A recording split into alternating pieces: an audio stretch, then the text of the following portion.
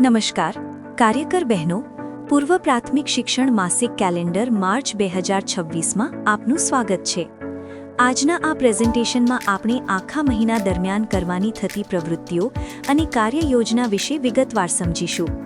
આ આયોજન ICDS શાખા જૂનાગઢ મહાનગરપાલિકા દ્વારા તૈયાર કરવામાં આવ્યું છે।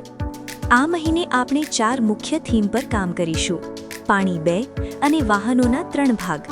ખાસ નોંધ લેવી કે 4 માર્ચે ધૂળેટી અને 21 માર્ચે રમઝાન ઈદની જાહેર રજા રહેશે। પ્રથમ અઠવાડિયાની શરૂઆતમાં 2 માર્ચ સોમવારે વાલીઓના ગ્રુપમાં ડિજિટલ કેલેન્ડર અને સેટકોમ કાર્યક્રમની લિંક અચૂક મોકલવી। 4 માર્ચે ધૂળેટીની રજા છે, પરંતુ તે દિવસે સાંજે 4:30 કલાકે DD ગિરનાર પર આવતા સેટકોમ કાર્યક્રમ વિશે વાલીઓને અગાઉથી જાણ કરવી। શનિવાર સુધીમાં બાળકોના પોર્ટફોલિયો વ્યવસ્થિત કરી લેવા।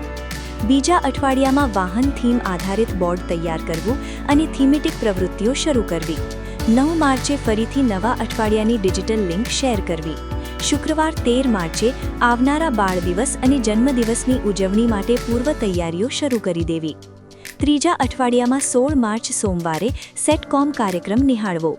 17 માર્ચ મંગળવારે આંગણવાડીમાં પ્રી સ્કૂલ કિટ અને બાળકોની પ્રવૃત્તિઓનું પ્રદર્શન ગોઠવવું। ત્યારબાદ 18 માર્ચે બાળ દિવસની ઉજવણીનો રિપોર્ટ મુખ્ય સેવિકાબેનને સોંપવો। બાળ દિવસની ઉજવણી માટે વાલીઓ અને ગામના આગેવાનોને વોટ્સએપ દ્વારા આમંત્રણ આપવું।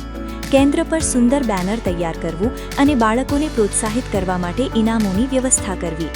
થીમ મુજબ વિવિધ પ્રવૃત્તિઓ કરાવી બાળકોનો ઉત્સાહ વધારવો। ચોથા અઠવાડિયામાં 24 માર્ચે સેક્ટર મીટિંગ માટે માહિતી એકત્ર કરવી અને તમારા કેન્દ્રની કોઈ એક સાફલ્ય ગાથા એટલે કે સક્સેસ સ્ટોરી તૈયાર કરવી। 25 માર્ચે સેક્ટર મીટિંગમાં હાજર રહી રિપોર્ટિંગ કરવું અને નવા TLM બનાવવા।